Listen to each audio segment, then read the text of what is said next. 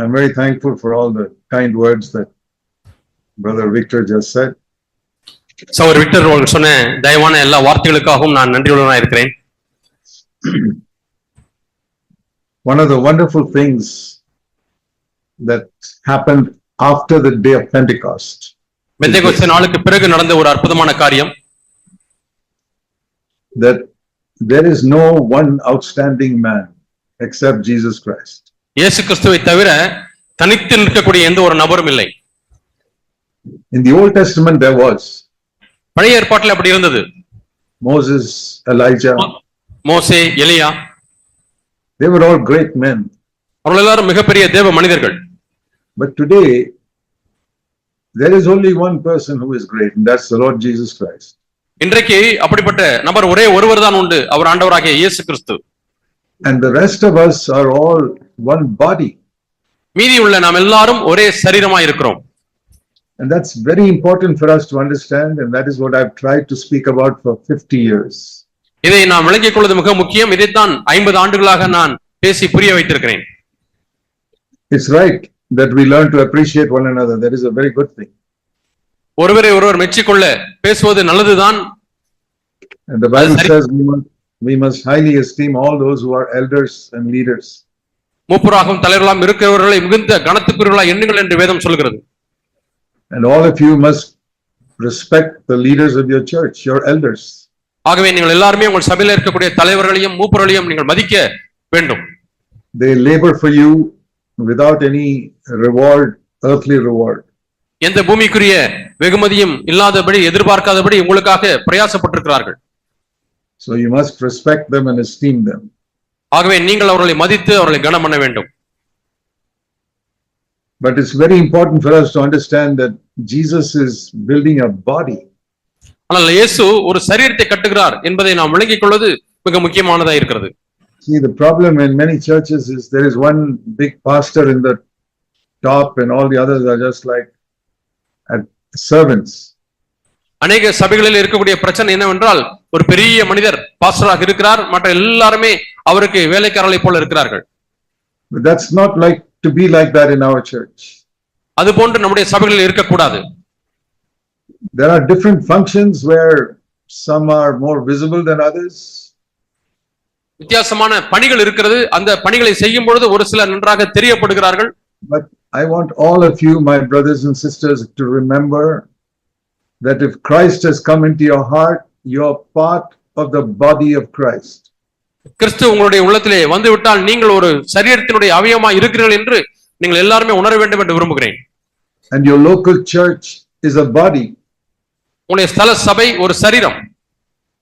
Your elder is not the head. உங்களுடைய மூப்பர் தலைவர் தலை அல்ல.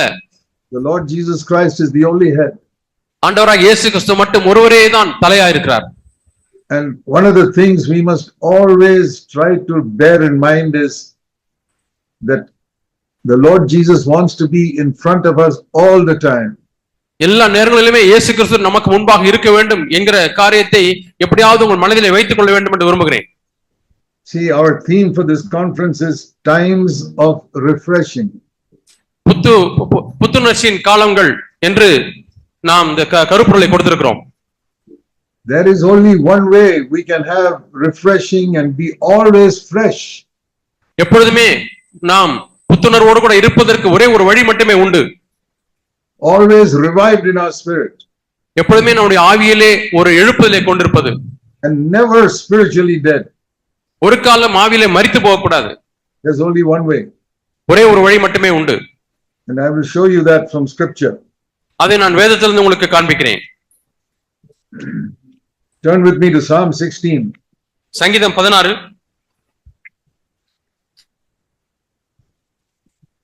And this applies to every brother and sister in the church.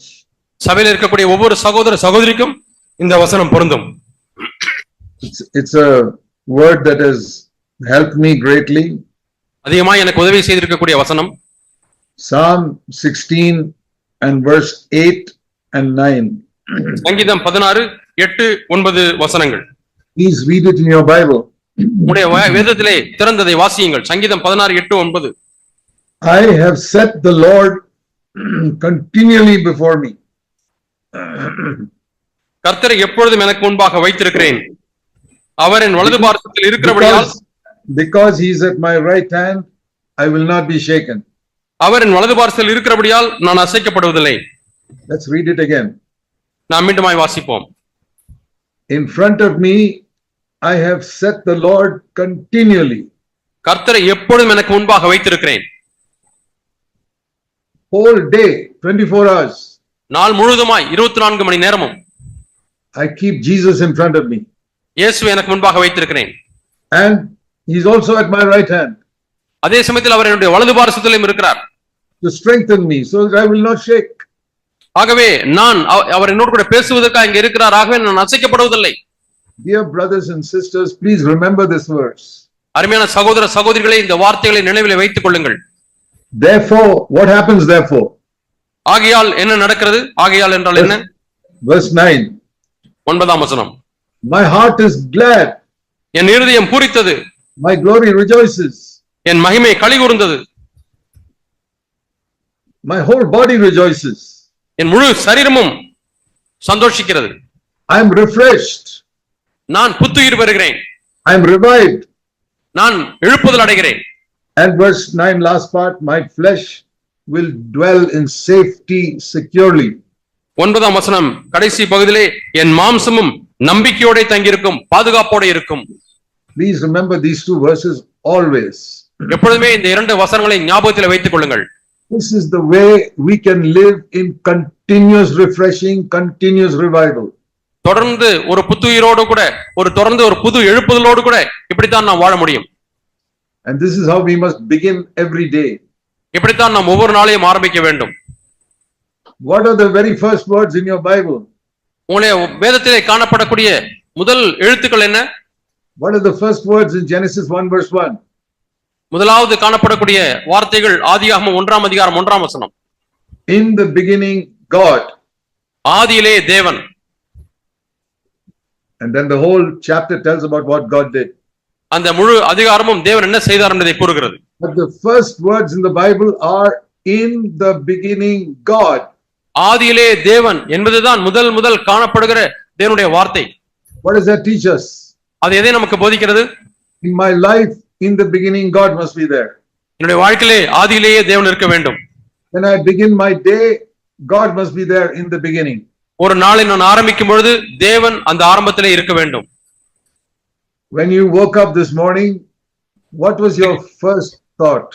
இன்றைக்கு காலையிலே நீங்கள் விழிக்கும் பொழுது முதல் உங்களுக்கு வரக்கூடிய எண்ணங்கள் என்ன? Very first thought when you woke up from your bed. படுக்கையிலிருந்து எழுந்திருக்கும் பொழுது வரக்கூடிய முதல் எண்ணங்கள்.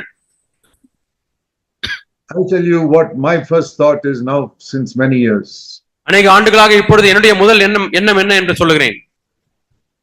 When I wake up in the morning, in the beginning, God. நான் காலையில் எழுந்திருக்கும் பொழுது ஆதியிலே தேவன். And this verse, I've set the Lord right before me from the beginning of the day till the end of the day. இந்த நாளின் ஆரம்பம் முதல் இந்த நாளின் முடியும் வரை கர்த்தரை எப்பொழுதும் எனக்கு முன்பாக வைத்திருக்கிறேன். That is more important than Bible knowledge. வேத அறிவை காட்டிலும் இது மிக முக்கியம். The Bible is given us not to understand or to preach, but to know Jesus Christ. வேதம் எதற்காக நமக்கு கொடுக்கப்பட்டிருக்கிறது? அதை விளங்கிக் கொள்வதற்கோ பிரசங்கிப்பதற்கோ அல்ல, ஆனால் இயேசு கிறிஸ்துவை அறிந்து கொள்வதற்காக கொடுக்கப்பட்டிருக்கிறது. See, I've been a preacher now for 60 years and more. 60 ஆண்டுகளுக்கும் அதிகமாக நான் ஒரு பிரசங்கியாராக இருந்து வருகிறேன். But I seek to know Jesus more even today. ஆனால் இன்றைக்கும் கூட அதிகமாக இயேசுவை அறிந்து கொள்ள முடியாது விரும்புகிறேன். Because it's like a married couple, the wife begins to know the husband better and better and better as the years go by. ஒரு திருமணமான தம்பதியர் அந்த மனைவி கணவனை இன்னும் அதிகமாய் அறிந்து கொண்டே இருக்க விரும்புகிறார்கள். The Bible says that our relationship with Jesus is like a bride to the bridegroom. மணவாளன் மணவாட்டின் உறவை போல நமக்கும் இயேசுக்குள்ள உறவு இருக்கிறது என்று வேதம் சொல்கிறது. Or like a wife to a husband. அல்லது ஒரு மனைவிக்கும் கணவனுக்கும் உள்ள உறவை போல. We are married to Christ. நாம் கிறிஸ்துவோடு கூட திருமணம் செய்யப்பட்டிருக்கிறோம். And every one of you must know Jesus in that personal way, just like a wife knows her husband. எப்படி ஒரு மனைவி தன்னுடைய கணவனை தனிப்பட்ட விதத்தில் அறிந்திருக்கிறார்கள் அதுபோல இங்க இருக்கக்கூடிய ஒவ்வொருவரும் இயேசுவை தனிப்பட்ட விதத்தில் அறிந்திருக்க வேண்டும். See, the husband-wife relationship is the most intimate relationship in the world. இந்த உலகத்திலே மிகவும் அதிக நெருக்கமான ஒரு உறவு இருக்கும் என்று சொன்னால் அதுதான் கணவன் மனைவி உறவு. Only about husband and wife it says they are one flesh. கணவன் மனைவி உறவை பற்றி மட்டுமே சொல்லும் பொழுது அவர்கள் ஒரே மாம்சமாய் இருக்கிறாள் என்று சொல்லப்படுகிறது. Not even father and son. தகப்பனும் மகனும் கூட அல்ல. Not even mother and son. தாயும் மகனும் அல்ல. Husband and wife. கணவன் மனைவி.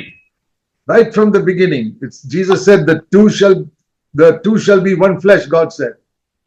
இருவரும் ஒரே மாம்சமாய் இருப்பார்கள் என்று சொல்லி ஆரம்பத்திலேயே ஆண்டவர் சொல்லி இருக்கிறார். When he brought Eve to Adam, he said ஏவாளை ஆதாமிடத்திலே கொண்டு வரும் பொழுது said the two will be one flesh. அவர்கள் இருவரும் ஒரே மாம்சமாய் இருப்பார்கள் என்று வேதம் சொல்கிறது. And that is a picture of how we are united with Jesus Christ our Lord. நாம் நம்முடைய ஆண்டவராகிய இயேசு கிறிஸ்துவோடு கூட இணைக்கப்பட்டிருப்பதனுடைய ஒரு காட்சிதானது.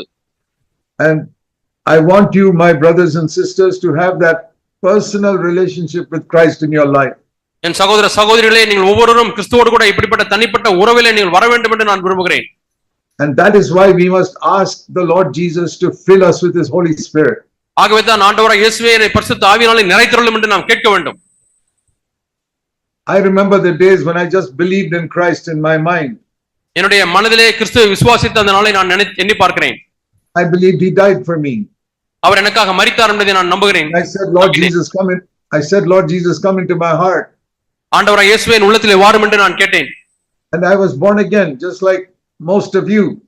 உங்கள் அநேகரைப் போல நானும் மனம் திரும்பினேன். But I did not constantly live in God's presence. ஆனால் நான் தொடர்ந்து நான் ஆண்டவருடைய பிரசன்னத்திலே வாழவில்லை. When I woke up in the morning, I was not first thinking about Jesus. நான் காலையில் விழித்த உடனே முதலாவது இயேசுவை பற்றி எண்ணுவதில்லை.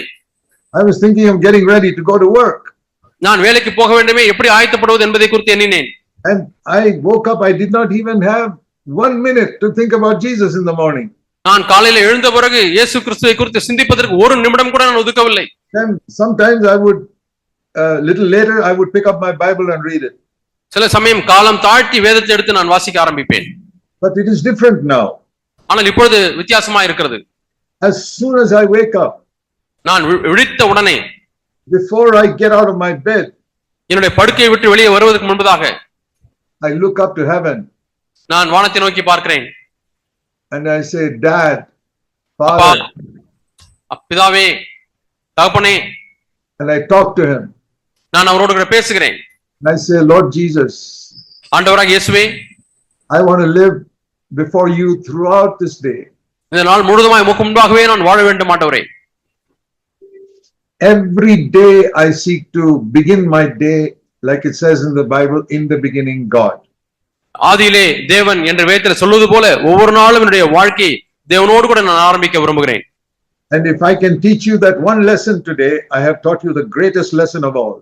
இந்த ஒரு பாடத்தை உங்களுக்கு நான் கற்பித்து விட்டால் மிகப்பெரிய பாடத்தை உங்களுக்கு நான் கற்றுக் கொடுத்து விட்டேன் என்ற நிறைவு எனக்கு இருக்கும். You don't need a big long message on how to have times of refreshing in your life. உங்கள் வாழ்க்கையிலே புத்துயிர் பெறுவது எப்படி என்கிறதான பெரிய பாடங்கள் எல்லாம் உங்களுக்கு தேவையில்லை. Remember Psalm 16 verse 8. சங்கீதம் 16:8 நினைவு கூறுங்கள். I have set the Lord continually before me. நான் தொடர்ந்து எனக்கு முன்பாக கர்த்தரை எப்பொழுதும் வைத்திருக்கிறேன். And I'll give you another example of the result of that. இதனுடைய விளைவை குறித்து இன்னொரு மாதிரி உங்களுக்கு சொல்கிறேன். You know, many times for so many years I used to sing songs without recognizing that Jesus is in our midst. இயேசு நம்முடைய மத்தியிலே இருக்கிறார் என்ற உணர்வே இல்லாதபடிக்கு அநேக நாட்கள் நான் பாடல் பாடி இருக்கிறேன். I used to sing songs to Christ, Lord, thou art worthy, and so many songs like that. கிறிஸ்துவே நீரே பாத்திர என்கிற போன்ற பாடல்கள் எல்லாம் பாடி இருக்கிறேன். I wasn't thinking of Jesus. ஆனால் இயேசுவை குறித்து நான் எண்ணுவதில்லை. I was thinking of the song. நான் பாட்டை குறித்து தான் எண்ணிக்கொண்டிருக்கிறேன். No, you have sung many songs this day at the meetings. இந்த நாளிலே நீங்கள் பல பாடல்களை இந்த கூட்டங்களிலே பாடி இருக்கிறீர்கள். Ask yourself this question. இந்த கேள்வியை கேட்டு பாருங்கள். Did you recognize that Jesus Christ is in the middle of your meeting and that you are talking to him? இந்த கூட்டத்தின் நடுவில் இயேசு இருக்கிறார் என்றும் நீங்கள் அவரோடு கூட பேசிக்கொண்டிருக்கிறீர்கள் என்பதையும் நீங்கள் எண்ணி பார்த்தீர்களா? Or do you just like the song and clap your hands and enjoy the song? அல்லது பாடல் நன்றாக இருக்கிறது என்று சொல்லி கரத்தை தட்டி நீங்கள் பாடலை ஆனந்தித்து பாடியிருக்கிறீர்களா? See, if I'm talking to you and I look somewhere else and talk, நான் உங்களோடு கூட பேசும்பொழுது எங்கேயோ பார்த்து கொண்டு பேசினால் என்ன நடக்கும்? isn't that an insult to you? அதை ஒரு நிந்தனையா நீங்கள் எடுத்துக்கொள்வது இல்லையா? That is an insulting way to look somewhere else and talk to somebody here. எங்கேயோ பார்த்து கொண்டு உங்களிடத்தில் பேசுவது என்பது ஒருவரை நிந்திப்பதாகும். The way I respect any human being, even a little child, I must look at him and talk. எந்த ஒரு மனிதனையும் மதிப்பது என்பது, ஒரு சிறு குழந்தையை மதிப்பது என்பது அந்த குழந்தையை நேரிலே பார்த்து பேச வேண்டும். So, whenever we sing a song, Lord Jesus, you are a wonderful savior. ஆண்டவரே இயேசுவே நீரே அற்புதமான இரட்சகர் என்று பாடும்பொழுது whom are you talking to? யாரை நோக்கி யாரிடத்திலே நீங்கள் பேசிக் கொண்டிருக்கிறீர்கள்? You are talking to the Lord Jesus. நீங்கள் ஆண்டவராக இயேசுவிடத்திலே பேசுகிறீர்கள். And where is he? அவர் எங்கே இருக்கிறார்? He said, where 2 or 3 are gathered in my name, I am in the midst. 2 பேர் எங்கே கூடி இருக்கிறீர்களோ ஆரம்பத்திலே நான் இருக்கிறேன் என்று அவர் சொல்லி இருக்கிறார். Even in your home, when you sing or pray, உங்களுடைய குடும்பத்திலே நீங்கள் ஜெபிக்கும் பொழுதாவது பாடும் பொழுதாவது, if 2 people are gathered in the name of Jesus, the Lord is there. இயேசுவின் நாமத்தினாலே 2 பேர் கூடி இருந்தாலும் அங்கே ஆண்டவர் இருக்கிறார். So think if the chief minister of Tamil Nadu came to your meeting just now, தமிழ்நாட்டினுடைய முதல் மந்திரி உங்கள் வீட்டுக்கு உங்கள் கூட்டத்துக்கு வருகிறார் என்று வைத்துக் கொள்வோம். and he came and sat in the front, அவர் அங்கே முன்னே உட்கார்கிறார். all of you will be very conscious. Oh, chief minister has come to our meeting. Chief மினிஸ்டரே அல்லது முதல் மந்திரியே நம்முடைய கூட்டத்துக்கு வந்திருக்கிறார் என்று சொல்லி எல்லாரும் அவரை குறித்த நினைவாகவே இருப்பீர்கள். Throughout the meeting, you'll be conscious that he's sitting up there in the front on the platform. நீங்கள் அந்த கூட்டம் முழுவதுமாகவே அதை குறித்து உணர்வுள்ளவர்களாகவே இருப்பீர்கள். Who is greater, the chief minister of Tamil Nadu or the Lord Jesus Christ? தமிழ்நாட்டினுடைய முதல் மந்திரியே பெரியவரா அல்லது ஆண்டவராக இயேசு கிறிஸ்து பெரியவரா? Was the Lord Jesus Christ in your meetings this morning and afternoon? இன்று காலையிலே மதியமும் நடந்த கூட்டத்திலே ஆண்டவராக இயேசு கிறிஸ்து உங்கள் கூட்டத்தில் இருந்தாரா? He was there. அவர் அங்கே இருந்தார். And he's there now. இப்பொழுதும் இருக்கிறார். How many of you can say you are conscious that Jesus is here? இயேசு இங்கே இருக்கிறார் என்ற உணர்வோடு கூட நான் அமர்ந்து இருக்கிறேன் என்று சொல்லி எத்தனை பேர் சொல்ல முடியும்? If you are conscious that he's here, whenever you sing a song about Jesus, you'll forget about everybody else and you'll sing to him. நீங்கள் அவர் அங்கே இருக்கிறார் என்ற உணர்வோடு கூட இருந்தால் பாடும் பொழுது நீங்கள் அவரை மட்டுமே எண்ணிக்கொண்டிருப்பீர்கள், மற்றவர்களை குறித்து மறந்து விடுவீர்கள். For many years I never knew that. அநேக ஆண்டுகளாக நான் இதை அறியாமல் இருந்தேன். I would sing because I liked the song. நான் பாடல் எனக்கு பிடிக்குமாகவே நான் பாடிக்கொண்டிருந்தேன். And sometimes I would repent of that. சில சமயத்தில் அதை குறித்து மனம் திரும்புவேன். And I'd say, Lord, I'm sorry. ஆண்டவரே என்னை மன்னித்து விடுங்கள். And while the others are singing the second song, I will quietly go back to the words of the first song and sing it again to the Lord. எல்லாரும் இரண்டாவது பாடலை பாடிக்கொண்டிருக்கும் பொழுது நான் அமைதியாக முதல் பாடலை நான் எண்ணி பார்த்து அந்த வரிகளை பார்த்து உணர்வடைவேன். I'll say, Lord, I'm sorry. The first song I sang a little while ago, I was not even aware of your presence.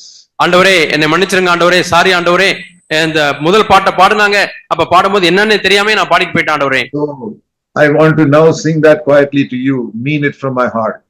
ஆண்டவரே இப்பொழுது என் உள்ளத்தின் ஆழத்திலிருந்து அமைதியாக உமக்காக இந்த பாடலை நான் பாட வேண்டும். When I say, Lord Jesus, you're worthy, I'm talking to you. I want to talk to you personally.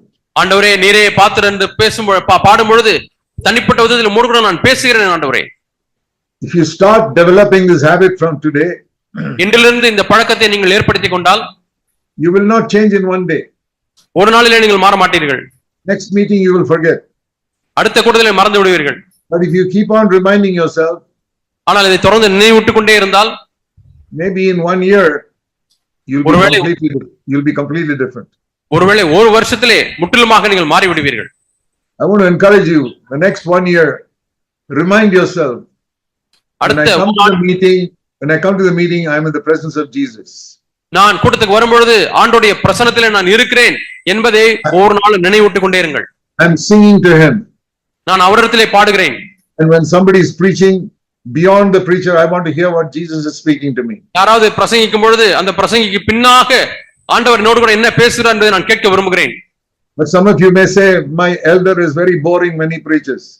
உங்களிலே சிலர் என்ன சொல்கிறீர்கள், நான் எங்களுடைய மூப்பர் பேசும் பொழுது போர் அடிக்கிறது என்று சொல்கிறீர்கள். Okay, but God can still speak to your heart even if your preacher is preaching something else. உங்களுடைய பிரசங்கியார் வேற ஏதோ ஒன்று பிரசங்கித்துக் கொண்டு இருக்கும் பொழுது தேவன் வேற ஒரு காரியத்தை உங்களிடத்தில் பேச முடியும். We read in the Old Testament that God spoke to Balaam through his donkey. கழுதை மூலமாக பிலேயாமினிடத்திலே தேவன் பேசினார் என்று சொல்லி பழைய ஏற்பாட்டிலே வாசிக்கிறோம். Imagine God speaking words through a donkey. கற்பனை செய்து பாருங்கள், தேவன் தம்முடைய வார்த்தையை கழுதை மூலமாக பேசுகிறார். So why can't he speak through any brother? ஆகவே எந்த ஒரு சகோதரர் மூலமாக ஏன் தேவன் பேச முடியாது?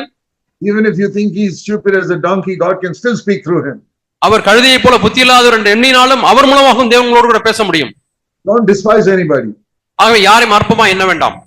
God can speak to your heart even if the leader is a backslider. ஒரு தலைவர் பின்மாற்றக்காரராக இருந்தாலும் கூட தேவன் அவர் மூலமா உங்களோடு கூட பேச முடியும். When Samuel was a little boy, Samuel சிறு பையனா இருந்த பொழுது his leader Eli the priest was 100% backslider. அவருடைய தலைவராய் இருந்த அந்த ஏலி என்ற அந்த ஆசாரியர் 100% பின்வாங்கி போனவனா இருந்தார். He did not know God. அவர் தேவனை அறியவில்லை. But God spoke to that little boy Samuel even though the leader was a backslider. அந்த தலைவர் பின்மாற்றக்காரராக இருந்தாலும் கூட தேவன் சிறு பையனோடு கூட பேசினார். How much more in the new covenant where the God has given us the Holy Spirit. புதிய உடன்படிக்கையிலே தேவன் நமக்கு பரிசுத்த ஆவியை கொடுத்திருக்கிறார். எந்த அளவு அதிகமாக நம்மோடு கூட பேசுவார். Remember Psalm 16 verse 9 which I read just now? இப்பொழுது நான் வாசித்த verse 8. சங்கீதம் 16:8 இப்பொழுது வாசித்தமே, அதை ஞாபகம் வைத்துக் I கொள்ளுங்கள். have set the Lord continually before me. கர்த்தரை எப்பொழுதும் எனக்கு முன்பாக வைத்திருக்கிறேன். Can you all please repeat after Brother Vincent these words? நான் இப்பொழுது வாசிக்கிறேன். சகோதரர் வின்டன் வாசிக்கும் பொழுது நீங்களாம் திருப்பி அதை சொல்லுங்கள். கர்த்தரை எப்பொழுதும் எனக்கு முன்பாக வைத்திருக்கிறேன். அவர் என் வலது பார்சத்தில் இருக்கிறபடியால் நான் அசைக்கப்படுவதில்லை. Please remember this always. இதை எப்பொழுதுமே ஞாபகத்தில் வைத்துக் கொள்ளுங்கள். Now I'll show you something even more wonderful about this verse. நான் இந்த வசனத்தை குறித்து இன்னும் அற்புதமான காரியத்தை உங்களுக்கு காண்பிக்க விரும்புகிறேன். On the day of Pentecost, all the apostles were filled with the Holy Spirit. பெந்தெகோஸ்தே நாளிலே அப்போஸ்தலர்கள் எல்லாரும் பரிசுத்த ஆவியினால் நிரப்பப்பட்டிருந்தார்கள். And that is how the church started. இப்படித்தான் சபை ஆரம்பமானது. The church did not start with a preacher. சபை என்பது பிரசங்கியாரால் ஆரம்பிக்கப்படவில்லை. The preacher Peter came later. அந்த பிரசங்கம் எல்லாம் பின்னால் தான் வருகிறது, பிரசங்கியார்கள் எல்லாரும். But before that, the Holy Spirit came. ஆனால் அதற்கு முன்பாக பரிசுத்த ஆவியானவர் வந்தார். They were filled with the Holy Spirit, and that is how the church was born. அவர்கள் எல்லாரும் பரிசுத்த ஆவியால் நிரப்பப்பட்டார்கள். இப்படித்தான் சபை பிறந்தது. I remember when the first CFC church started 50 years ago. 50 ஆண்டுகள் முன்பதாக முதல் CFC சபை ஆரம்பமானதை நான் நினைவுபடுத்தி பார்க்கிறேன். God met with me and another brother and filled us with the Holy Spirit. தேவன் என்னையும் இன்னொரு சகோதரரையும் சந்தித்தார், பரிசுத்த ஆவியால் நிரப்பினார். Just two of us. 2 பேர் மட்டுமே. Filled with the Holy Spirit. பரிசுத்த ஆவியால் நிரப்பினார். And the church was born. சபை பிறந்தது. It is not with some doctrine or preaching. ஏதோ சில உபதேசங்களோ பிரசங்கத்தினாலே அல்ல. There are many people who listen to me preach and they say, I wish I could preach like Brother Zach. அநேகர் நான் பிரசங்கிப்பதை கேட்டு நான் சகோதரர் ஜாக் போல நான் பிரசங்கிக்க வேண்டும் என்று விரும்புகிறேன் என்று சொல்கிறார்கள். That is all for seeking honor for yourself. அதெல்லாம் ஒரு கனத்தை தேடுகிறார்கள். I'll tell you what you should pray. நாம் எப்படி ஜெபிக்க வேண்டும், என்ன எதற்காக ஜெபிக்க வேண்டும் என்று சொல்கிறேன். Lord, help me to be filled with the Holy Spirit like you filled Brother Zach. ஆண்டவரே, நீ சகோதரர் சகரியா போன அவர்களை ஆவியினால் அபிஷேகித்தது போல என்னையும் ஆவியினால் அபிஷேகம் என்று கேளுங்கள். That is what you should pray for. இப்படித்தான் நீங்கள் ஜெபிக்க வேண்டும். Everybody is not called to be a preacher. எல்லாருமே பிரசங்கியராய் இருப்பதற்கு அழைக்கப்படவில்லை. The preacher is like a tongue in the body of Christ. ஒரு கிறிஸ்துவினுடைய சரீரத்திலே ஒரு பிரசங்கியார் நாவை போல இருக்கிறார். How many tongues do you have in your body? உங்களுடைய சரீரத்தில் எத்தனை நாவுகள் இருக்கிறது? There are many parts of the body. சரீரத்தில் எத்தனை அவயவங்கள் இருக்கிறது?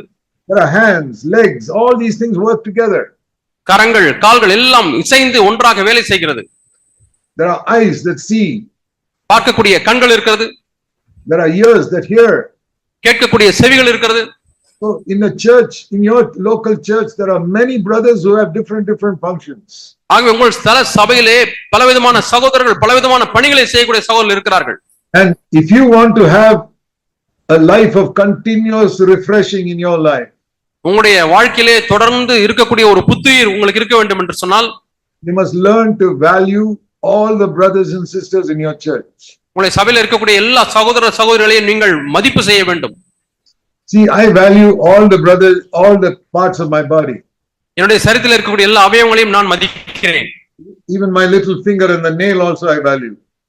என்னுடைய சுண்டு விரலில் இருக்கக்கூடிய நகத்தை கூட நான் மதிக்கிறேன்.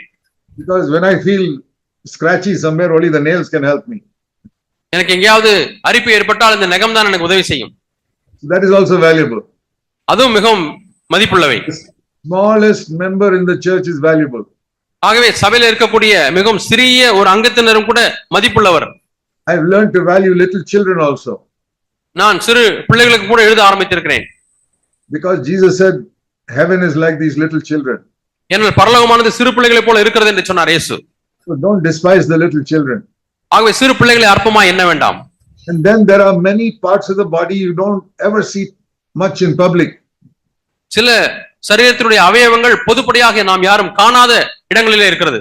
They're always praying in secret in their house. வீடுகளிலே ரகசியமா அந்தரங்கத்திலே ஜெபிக்கக்கூடியவர்கள்.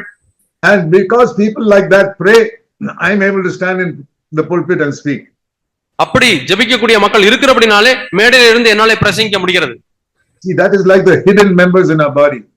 இது நம்முடைய சரீரத்திலே இருக்கக்கூடிய மறைந்திருக்கக்கூடிய பகுதிகள்.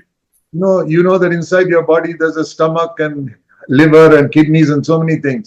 உங்களுடைய வயிற்றுக்குள்ளாக உங்களுக்கு சிறுநீரகம் இருக்கிறது, லிவர் இருக்கிறது, இன்னும் பல பகுதிகள் இருக்கிறது. So many parts inside the body. சரீரத்துக்குள்ளாக எத்தனை அவயவங்கள் இருக்கிறது? And they are actually more valuable than your hands. அந்த உறுப்புகள் உங்கள் கரங்களை காட்டிலும் அதிக மதிப்புள்ளவை. You can live without one arm. நீங்கள் ஒரு கை இல்லாமலே நீங்கள் வாழ முடியும். But you can't live without your kidneys and your heart. ஆனால் உங்களுடைய சிறுநீரகமும் இருதயம் இல்லாமல் வாழ முடியாது. So what I'm saying is, in the church also, there are some brothers who stand in the front and everybody sees them. சபையிலும் கூட சகோதரர்கள் முன்னே இருந்து பேசுகிறார்கள், அநேகர் எல்லாரும் அவர்களை பார்க்க முடிகிறது. But there are many sisters and others who are always in the home. You don't see them much. எப்பொழுதுமே சகோதரிகள் வீடுகளில் இருக்கிறார்கள், நீங்கள் அவர்களை அதிகமாக பார்க்க முடிவதில்லை. But they pray for the church. ஆனால் அவர்கள் சபைக்காய் ஜெபிக்கிறார்கள். And they are like the heart and the kidneys in the body. அவர்கள் சரீரத்திலே காணப்படக்கூடிய இருதயத்தை போலவும் சிறுநீரகத்தை போலவும் இருக்கிறார்கள். I have learned to value all the brothers and sisters in our churches. நம்முடைய சபைகளில் இருக்கக்கூடிய எல்லா சகோதர சகோதரிகளையும் மதிக்கும்படியா நான் கற்றுக்கொண்டேன். Especially those who pray in secret. குறிப்பாக அந்தரங்கத்திலே ஜெபிக்கிறவர்கள். You can have a very important ministry in the church by praying for those who speak and praying for the church members. சபையினுடைய அங்கத்தினர்களுக்காக ஜெபிப்பதும் சபையிலே பேசுகிறவர்களுக்காக ஜெபிப்பதும் ஆகிய ஊழியத்தை செய்யக்கூடிய சகோதரிகளை நீங்கள் மதிப்புள்ளவர்கள். You will not get any reward from man for praying in secret. நீங்கள் அந்தரங்கத்திலே ஜெபிப்பதற்காக மனிதனிடத்திலிருந்து வெளியரங்கமான எந்த பதிலும் உங்களுக்கு கிடைக்க போவதில்லை. Quietly you can build the church. நீங்கள் அமைதியாகவே இருந்து சபையை கட்ட முடியும். One day when Christ comes back, he'll reward you. ஒரு நாளிலே கிறிஸ்து திரும்ப வரும்பொழுது அவர் உங்களுக்கு பலன் அளிப்பார். Oh, when we want times of revival in the church. ஆகவே நமக்கு எழுப்புதலின் காலம் சபையில் வேண்டும் என்று சொல்லும் பொழுது it does not only come through some preachers like me. என்னை போல பிரசங்கியாளர்கள் மூலமாக மட்டுமே வரும் என்று சொல்ல முடியாது. Yes, preachers are needed, but also many people who pray in secret. ஆம், பிரசங்கியாளர்களும் தேவை, அதே சமயத்தில் அந்தரங்கத்திலே ஜெபிக்கக்கூடிய பலர் நமக்கு தேவை. So I told you this Psalm 16 verse 8 is a wonderful verse. ஆகவே சங்கீதம் 16:8 அற்புதமான வார்த்தை வசனம் என்று உங்களுக்கு சொன்னேன். That is the secret of having continuous refreshing in our life. நம்முடைய வாழ்க்கையில தொடர்ந்து பெறக்கூடிய புத்துயிருக்கு இது சமமா இருக்கிறது. Not occasional times of refreshing, but constant times of refreshing. எப்போதாவது வரக்கூடிய புத்துயிர் அல்ல, தொடர்ந்து நடக்கக்கூடிய ஒரு புத்துயிர். So what happened after the apostles were filled with the Holy Spirit in Acts chapter 2? அப்போஸ்தலர் 2ஆம் அதிகாரத்திலே அப்போஸ்தலர் பரிசுத்தாவினால் நிரப்பப்பட்ட பொழுது என்ன நடந்தது? Please turn with me to Acts chapter 2. தயவு செய்து என்னோடு கூட அப்போஸ்தலர் நடவடிக்கைகள் 2ஆம் அதிகாரத்தை எடுத்துக்கொள்ளுங்கள். Peter was filled with the Holy Spirit. அங்கே பேதுரு பரிசுத்தாவினால் நிரப்பப்பட்டார். And see what it says. அங்க என்ன சொல்லப்பட்டிருக்கிறது என்று பாருங்கள். Let me ask you, who preached on the day of Pentecost? பெந்தெகோஸ்தே நாளிலே யார் பிரசங்கித்தார்? We say Peter. பேதுரு என்று சொல்கிறீர்கள். But see what it says in Acts 2:14. ஆனால் அப்போஸ்தலர் 2:14 என்ன சொல்லப்பட்டிருக்கிறது? Read carefully. கவனமாய் வாசியுங்கள். Peter, taking his stand with the 11, raised his voice and preached. பேதுரு 11 கூட நின்று பிரசங்கித்தார். So who was preaching? யார் பிரசங்கித்தார்? Peter may have been the voice, the tongue. பேதுரு அங்கே நாவு, சத்தம், அவ்வளவுதான். But here was the body standing with him, 11 people standing with him. இங்கே ஒரு சரீரமானது நின்று பிரசங்கித்துக் கொண்டிருக்கிறது. Before the day of Pentecost, they were all arguing who is the greatest. You are greater or I am greater. Pentecost நாளுக்கு முன்பதாக அவர்களுக்குள்ளே வாக்குவாதம், நீ பெரியவனா நான் பெரியவனா. Just 5-6 weeks earlier, 5-6 வாரங்களுக்கு முன்பாக at the last supper when Jesus was sitting with them, இயேசு அவரோடு உட்கார்ந்து இருக்கக்கூடிய அந்த கடைசி பந்தியிலே they knew Jesus is going to be crucified. இயேசு சிலுவையில் அறையப்பட போகிறார் என்பதை அவர்கள் அறிந்திருந்தார்கள். And what were these 11-12 people discussing? அந்த 11-12 பேர் எதை குறித்து விவாதித்துக் கொண்டிருந்தார்கள்? Who is greater, you or me? யார் பெரியவன், Neeya Naana? That is the mark of everyone who is not filled with the Holy Spirit. பரிசுத்த ஆவியானவரால் நிரப்பப்படாத எந்த ஒரு மனிதனுடைய அடையாளமும் இதுதான். Listen to me. கவனித்துக் கேளுங்கள். Every one of you who's comparing yourself with others, saying, is he greater or I am greater? Let me tell you in Jesus' name, you are not filled with the Holy Spirit. இங்கே இருந்து கொண்டு இன்னொருவரை உங்களோடு கூட ஒப்பிட்டு பார்த்து அவர் பெரியவரா நான் பெரியவனா என்று சொல்லக்கூடிய ஒவ்வொருவரையும் பார்த்து இயேசுவின் நாமத்தினாலே சொல்கிறேன், நீங்கள் ஆவியினாலே நிரப்பப்படவில்லை. You elders who think, is he a better preacher or I am a better preacher? மூப்பொருளாகிய நீங்கள் அவர் நல்ல பிரசங்கியாரா நான் நல்ல பிரசங்கியாரா என்று எண்ணிக்கொண்டிருக்கிறீர்கள். You are like the disciples at the last supper. கடைசி பந்தியிலே இருக்கக்கூடிய சீஷர்களை போல நீங்கள் இருக்கிறீர்கள். You need to be filled with the Holy Spirit. நீங்கள் பரிசுத்த ஆவியால் நிரப்பப்பட வேண்டும். Then you will not compare yourself with others. அப்பொழுது நீங்கள் மற்றவர்களை ஒப்பிட்டு பார்க்க மாட்டீர்கள். And if one man like Peter is standing, like the 11 stood with him, you will stand with him. இங்கே ஒரு மனிதர் பேதுரு நிற்கிறார், அவரோடு கூட 11 பேர் நிற்கிறது போல நீங்கள் அவரோடு கூட சேர்ந்து நிற்பீர்கள். Why do you want to seek honor in the church? ஏன் சபையில நீங்கள் கனத்தை தேடுகிறீர்கள்? In the church we must glorify only Jesus Christ. சபையில இயேசு கிறிஸ்துவை மட்டுமே நாம் மகிமைப்படுத்த வேண்டும். It's a sin to seek honor in a church where Christ is to be exalted. கிறிஸ்துவே உயர்த்தப்பட வேண்டிய சபையிலே கனத்தை தேடுவது என்பது ஒரு பாவம். That is how times of refreshing go away from us. இப்படித்தான் புத்துயிர் காலங்கள் நம்மை விட்டு போய்விடுகிறது. If you exalt Christ, we will always have times of refreshing and revival. எப்பொழுது நாம் கிறிஸ்துவை உயர்த்துகிறோமோ அப்பொழுதெல்லாம் நமக்கு புத்துயிர் காலங்கள் வரும். So that's the first thing I want you to see. Peter did not preach alone. பேதுரு தனியாக பிரசங்கிக்கவில்லை. He stood with 11, Acts 2:14. அப்போஸ்தலர் 2:14 11 பேரோடு நின்று பிரசங்கித்தார். Please never forget this. இதை ஒரு காலம் மறக்க வேண்டாம். Next Sunday, when your elder brother is standing up to preach, அடுத்த ஞாயிற்றுக்கிழமை உங்களை மூப்பர் எழுந்து நின்று பிரசங்கிக்கும் பொழுது in all your churches, உங்கள் எல்லா சபைகளிலேயும் please support him. அவரை நீங்கள் தாங்குங்கள். Don't criticize him. அவரை குறை சொல்ல வேண்டாம், விமர்சிக்க வேண்டாம். All these 11 people did not stand back and criticize, find fault with Peter's preaching. இந்த 11 பேரும் பேதுரு பிரசங்கிக்கும் பொழுது அவரை குற்றம் கண்டுபிடிக்கவில்லை, விமர்சிக்கவில்லை. Peter could not preach like Jesus. பேதுரு இயேசுவை போல பிரசங்கிக்கவில்லை. He was a weak man. அவர் சாதாரண ஒரு மனிதர். And all of us are weak. The best preacher is a weak person. அந்த 11 பேருமே பலவீனமான மக்களா இருந்தார்கள். பேதுரும் பலவீனமான ஒரு மனிதனா இருந்தார். We are all weak people. நாம் எல்லாருமே பலவீனர்கள். But we stand together. ஆனால் நாம் ஒன்றாக சேர்ந்து நிற்கிறோம். Because we want to exalt Christ. ஏனென்றால் நாம் இயேசுவையே உயர்த்த விரும்புகிறோம். And all of you elder brothers, when you get up to preach on Sundays, மூப்பர்களாக நீங்கள் எல்லாரும் ஞாயிற்றுக்கிழமை பிரசங்கிக்க முடியாது எழுந்து நிற்கும் பொழுது please don't try to show that you are a great preacher. நீங்கள் ஒரு பெரிய பிரசங்கி என்பதை நீங்கள் அங்கே காண்பிக்க முடியாது, பிரசங்கிக்க வேண்டாம். That way Jesus will have no place in your church. அப்படி நீங்கள் செய்யும் பொழுது இயேசுவுக்கு அந்த இடத்துல இடமில்லாமல் போகிறது. Because the Holy Spirit will be present only where Christ is glorified. கிறிஸ்து எங்கே மகிமைப்படுத்தப்படுகிறாரோ அங்கு மட்டுமே பரிசுத்த ஆவியானவர் தங்கி இருப்பார். I want to tell all of you elder brothers, மூப்பர்களே உங்கள் எல்லாருக்கும் நான் சொல்லுகிறேன், the Holy Spirit will not be in your meeting if you are trying to exalt yourself. உங்களை நீங்களே உயர்த்த நீங்கள் முயற்சி செய்யும் பொழுது பரிசுத்த ஆவியானவர் அங்கே இருக்க மாட்டார். If you're trying to show what a great preacher you are, the Holy Spirit will not be in your meeting. எவ்வளவு பெரிய நல்ல பிரசங்கி நான் என்று நீங்கள் காண்பிக்கும் பொழுது, உங்கள் திறமையை காண்பிக்கும் பொழுது பரிசுத்த ஆவியானவர் அந்த கூட்டத்தில் இருக்க மாட்டார். That is why we don't have times of refreshing. ஆகவே தான் புத்துயிர் காலங்கள் உங்களுக்கு வருவதில்லை. That is why people go away from a Sunday meeting saying we were bored in the meeting today. ஆகவே தான் இன்றைக்கு மிகமாய் போர் அடித்து விட்டது என்று சொல்லி ஞாயிற்றுக்கிழமை வீட்டுக்கு திரும்பி போகிறார்கள். You think you can be bored when the Holy Spirit is speaking in a meeting? பரிசுத்த ஆவியானவர் கூட்டத்தில் பேசிக் கொண்டிருக்கும் பொழுது உங்களால போர் அடிக்க முடியும் என்று எண்ணுகிறீர்களா? Impossible. அது கூடாத காரியம். We must seek to glorify Jesus Christ in every meeting.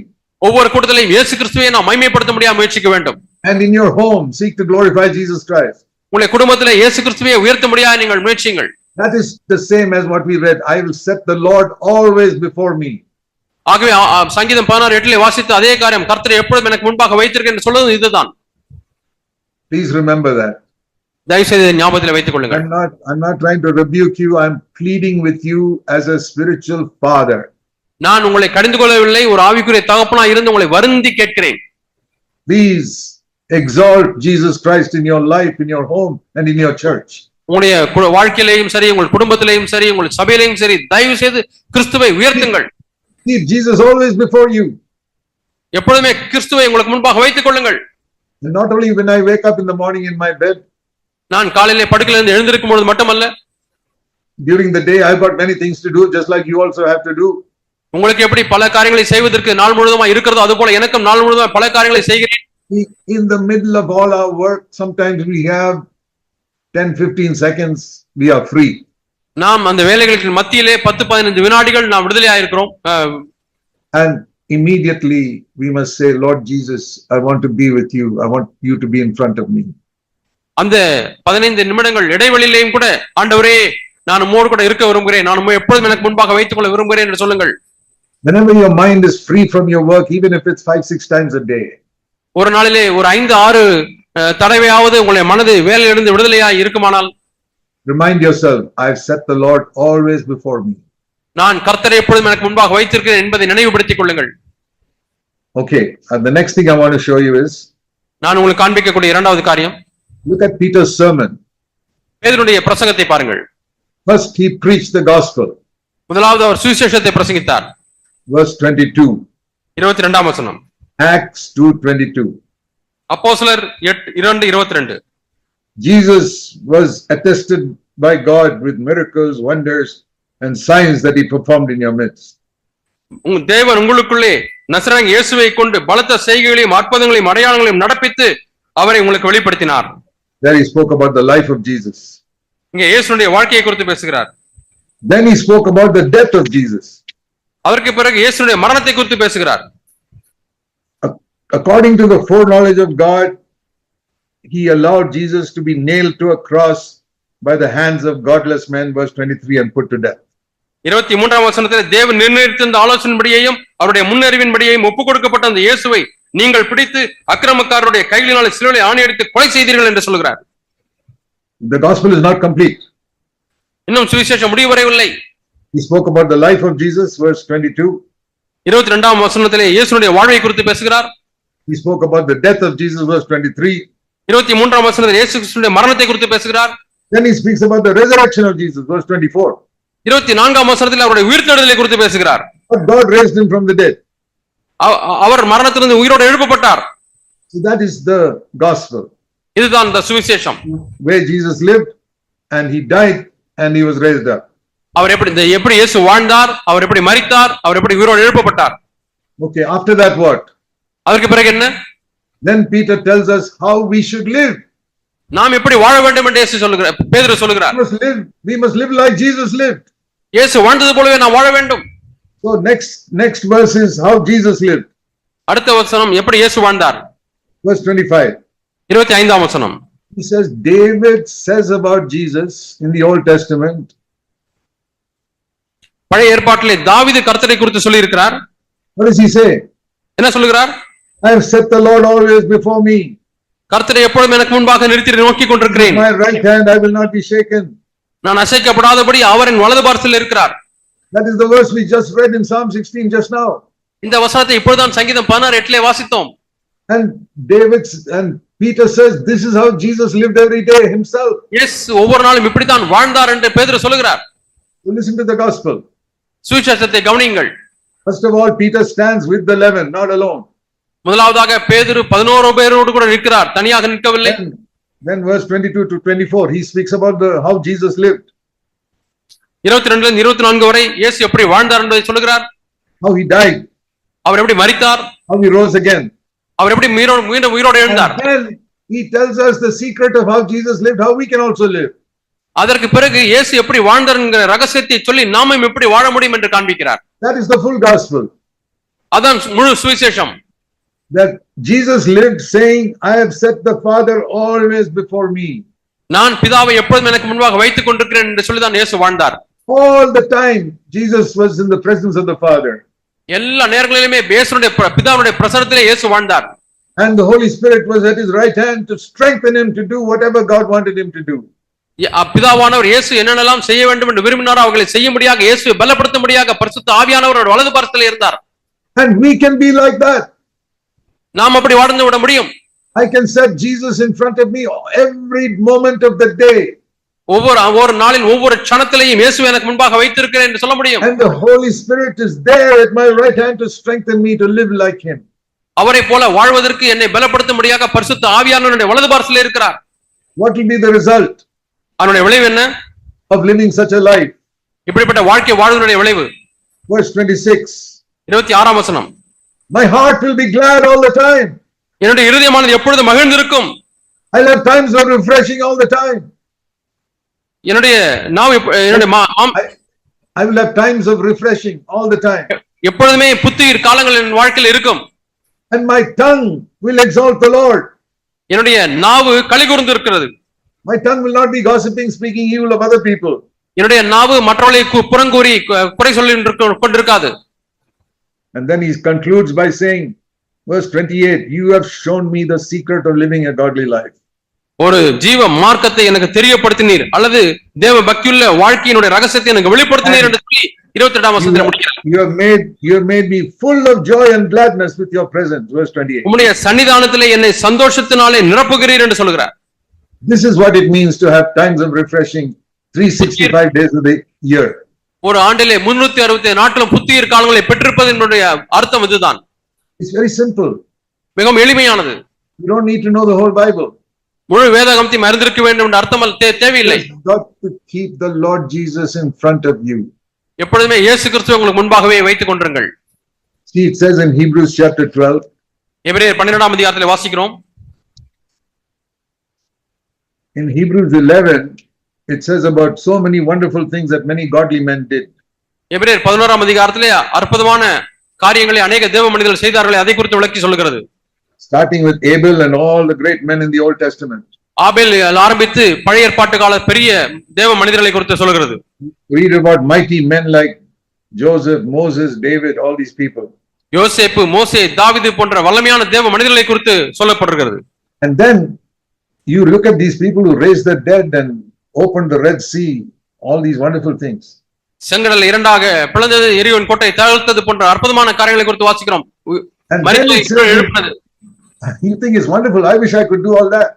இதெல்லாம் அற்புதமாக இருக்கிறது, நான் அதை செய்யலாம் என்று நான் விரும்புகிறேன். Walls of Jericho fell down with one word. ஒரு வார்த்தையில எரிகோருடைய மதில் தகர்ந்து விழுந்தது. And you say, I wish I could do all that. நானும் அதையெல்லாம் செய்யலாமே என்று Elijah raised the dead.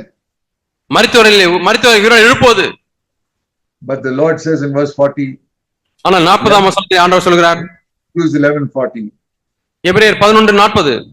God has provided something better than all these things written in chapter 11 for us. 11ஆம் அதிகாரத்தில் எழுதப்பட்ட எல்லா காரியங்களை காட்டிலும் விசேஷித்த நன்மையானது ஒன்றை தேவன் நமக்கென்று முன்னதாக நியமித்திருக்கிறார். The most important verse in Hebrews 11 is verse 40. எபிரேயர் 11ஆம் அதிகாரத்தில் மிக முக்கியமான வசனமானது 40ஆம் வசனம். You read all these amazing things and then says God has provided something better for us. இந்த வியக்கத்தக்கதான காரியங்கள் எல்லாம் வாசித்து தேவன் நமக்கென்று விசேஷித்த காரியத்தை வைத்திருக்கிறார் என்று வாசிக்கிறோம். What is better than raising the dead?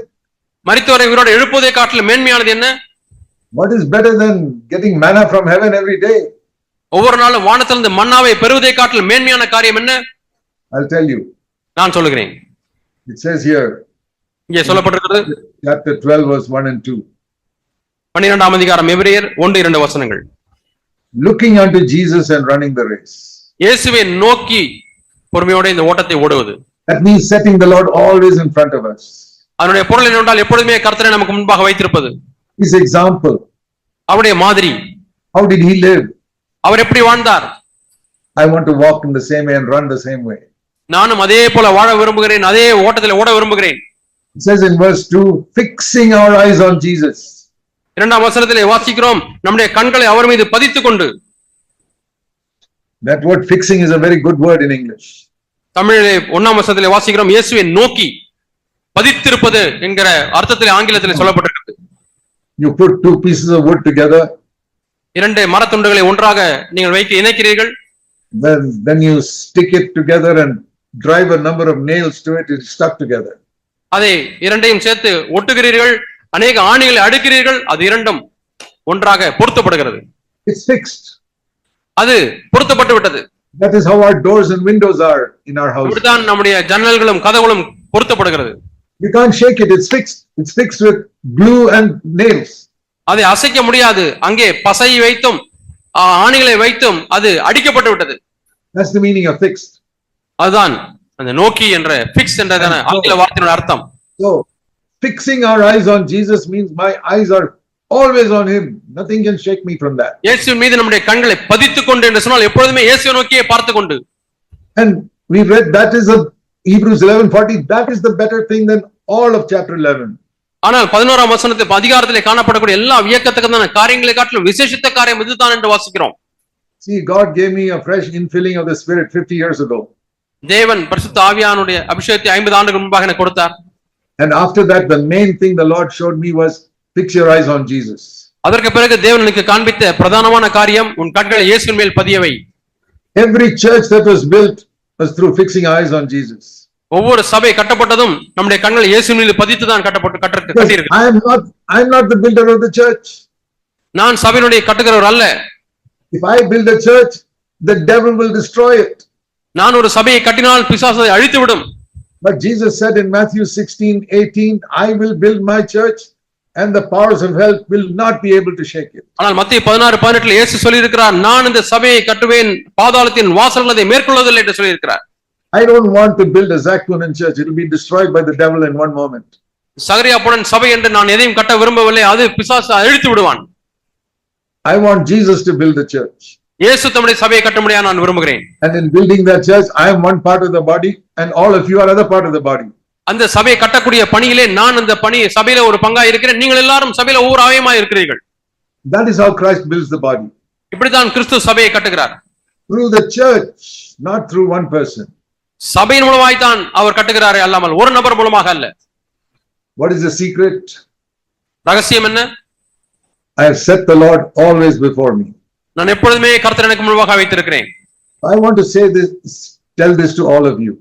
இதை நான் உங்கள் எல்லாருக்கும் சொல்ல விரும்புகிறேன். It's a very simple secret. மிகவும் எளிதான ஒரு ரகசியம்.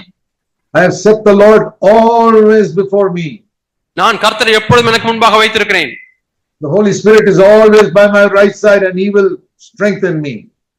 பரிசுத்த ஆவியானவர் எப்பொழுதுமே என்னுடைய வலது பார்சலில் இருக்கிறார், அவர் என்னை பலப்படுத்துவார். I will never be shaken. நான் அசைக்கப்பட மாட்டேன். We live in a world where there are so many problems. இவ்வளவு பிரச்சனைகள் நிறைந்த உலகத்திலே வாழ்ந்து கொண்டிருக்கிறோம். So many things are there to shake us. இவ்வளவு காரியங்கள் நம்மை அசைக்கிறது.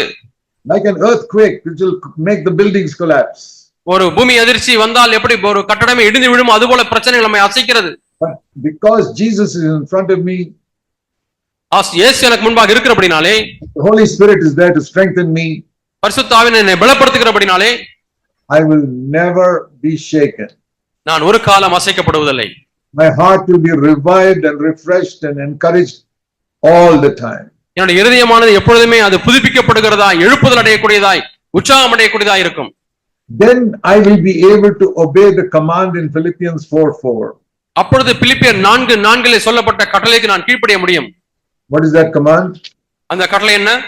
Philippians 4:4. பிலிப்பியர் 4:4 Rejoice in the Lord always. கர்த்தருக்குள் எப்பொழுதும் சந்தோஷமாயிருங்கள். How can I rejoice in the Lord always? எப்பொழுதுமே எப்படி நான் கர்த்தருக்குள்ளே சந்தோஷமா இருக்க முடியும்? Only if I set the Lord before me always. கர்த்தரை எப்பொழுதும் எனக்கு முன்பாக வைத்திருந்தால் மட்டுமே நான் எப்பொழுதும் கர்த்தருக்குள்ளாய் சந்தோஷமா இருக்க முடியும். See, in the Old Testament, one Sabbath day they would come and pray to the Lord. பழைய ஏற்பாட்டிலே ஒரு ஓய்வு நாள் வரும், அப்பொழுது கர்த்தரை ஜெபிப்பார்கள். But Jesus did not live in a Sabbath day. Every day he was living in the Father's presence. ஆனால் இயேசு ஓய்வு நாளின் அடிப்படையில் வாழவில்லை, ஒவ்வொரு நாளும் அவர் பிதாவுக்கு முன்பாக வாழ்ந்தார்.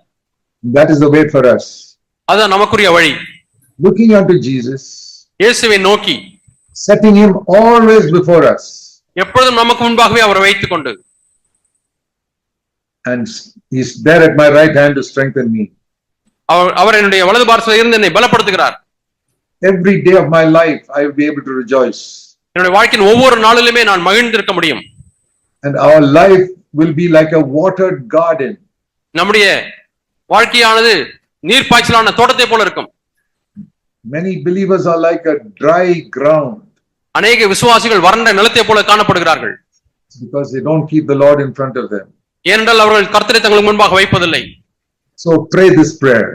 ஆகவே இந்த ஜெபத்தை செய்யுங்கள். Lord Jesus, ஆண்டவராகிய இயேசுவே, please fill me with your Holy Spirit. என்னை பரிசுத்த ஆவியினால் நிறைத்தருளும். Don't wait to speak in tongues and all that. அந்நிய பாஷை பேச வேண்டும் என்று அதற்காக நீங்கள் காத்திருக்க தேவையில்லை. I'm not against the gift of tongues, but God does not give that to everybody. அந்நிய பாஷை பேசுவதற்கு எதிரானவன் நான் அல்ல, ஆனால் இந்த வரத்தை தேவன் எல்லாருக்கும் கொடுப்பதில்லை. That is one of the gifts. அது வரங்களிலே ஒன்று. God gives it to some people. ஆண்டவர் ஒரு சிலருக்கு அதை கொடுக்கிறார். But more important than speaking in tongues is to have the presence of the Lord in front of us always. ஆனால் அந்நிய பாஷை பேசுவதை காட்டிலும் தேவனுடைய சமூகத்தை நமக்கு முன்பாக வைத்திருப்பது என்பது மிக முக்கியம். There are many people who speak in tongues in their church Sunday morning. அநேகர் ஞாயிற்றுக்கிழமை காலையிலே சபையிலே அந்நிய பாஷை பேசுகிறார்கள். And they go home and shout at their wife in the afternoon.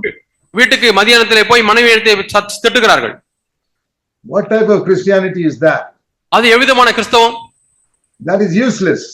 அது பிரயோஜனமில்லாத கிறிஸ்தவம். But if you set the Lord in front of you always, ஆனால் கர்த்தரை எப்பொழுதும் உனக்கு முன்பாக வைத்திருப்பாயானால், let me tell you, you will never raise your voice at your wife or your husband.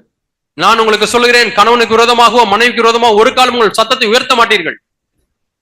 That is how I live today. இப்படித்தான் நான் இன்றைக்கு வாழ்கிறேன். My home life is like a little bit like heaven. எங்களுடைய வாழ்க்கையானது பரலோகத்தினுடைய முன் வாழ்க்கையை போல இருக்கிறது. Because we keep the Lord in front of us. ஏனென்றால் நாம் கர்த்தரை நமக்கு முன்பாக வைத்திருக்கிறோம். I tell my wife, between you and me, Jesus is there always. என்னுடைய துணைவியாரிடத்தில் இப்படி சொல்லுகிறேன், எனக்கும் உனக்கும் இடையிலே இயேசு கிறிஸ்து எப்பொழுதுமே இருக்கிறார். And if Jesus is living in your house, how can you raise your voice and shout at anyone? இயேசு கிறிஸ்து உங்கள் வீட்டிலே வாழும்பொழுது எப்படி நீங்கள் மனைவிக்கு விரோதமாய் சத்தத்தை உயர்த்த முடியும்? My dear brothers and sisters, God loves you. என் அருமையான சகோதர சகோதரியே, கர்த்தர் உங்களை நேசிக்கிறார். He loves you so much that he gave his son to die for you. உங்களுக்காக தன்னுடைய சொந்த குமாரனை அனுப்பி அவரை மரிப்பதற்கு ஒப்பு கொடுத்ததன் மூலமாக தன்னுடைய அன்பை விளங்க பண்ணினார். Never lose the wonder of that. இதனுடைய அந்த அற்புதத்தை ஒரு காலம், ஆச்சரியத்தை ஒரு காலம் இழந்து விட வேண்டாம். Even now I weep when I think of how much Jesus loved me and died for me. இப்பொழுதும் கூட இயேசு எனக்காக எவ்வளவாய் நேசித்து எனக்காக மரித்தார் என்பதை எண்ணி பார்க்கும்போது நான் அழுகிறேன். I never want to lose that gratitude to him. அந்த நன்றியை ஒரு காலம் நான் இழக்க விரும்பவில்லை. The Holy Spirit will make it real for you also. பரிசுத்த ஆவியானவர் இதை உங்களுக்கும் யதார்த்தமானதாய் மாற்றுவார். The secret of the Christian life is to be filled with the Holy Spirit. கிறிஸ்தவ வாழ்க்கையுடைய ரகசியமே பரிசுத்த ஆவியானவரால் நிறைந்திருப்பது.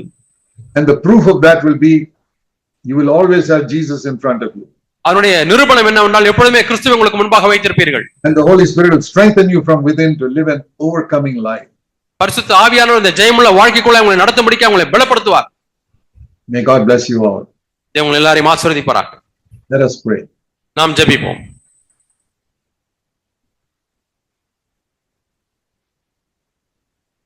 First of all, முதலாவதாக, is there anybody you got a grudge against? repeat brother. Have you got a grudge against anyone? யாருக்கு விரோதமாக உங்களுடைய உள்ளத்திலே ஒரு கசப்பான எண்ணம் இருக்கிறதா, ஒரு குறை இருக்கிறதா? Is there any bitterness against anybody? யாருக்கு விரோதமாக உங்கள் உள்ளத்திலே ஒரு கசப்பு இருக்கிறதா? Is there somebody you have not forgiven? நீங்கள் மன்னிக்காத நபர் யாராவது இன்னும் இருக்கிறார்களா? Right now, forgive. இப்பொழுதே மன்னியுங்கள். Otherwise, I tell you, the devil will get a hold of your life. இல்லாவிட்டால் பிசாசு உங்கள் வாழ்க்கையிலே உங்களை பிடித்து விடுவான். Whatever people may have done, forgive them right now before we pray. மற்றவர்கள் உங்களுக்கு என்ன செய்திருந்தாலும் அவர்களை இப்பொழுது மன்னித்து விடுங்கள் ஜெபிப்பதற்கு முன்பதாக. You just have to speak one word. ஒரே ஒரு வார்த்தையை பேசுங்கள்.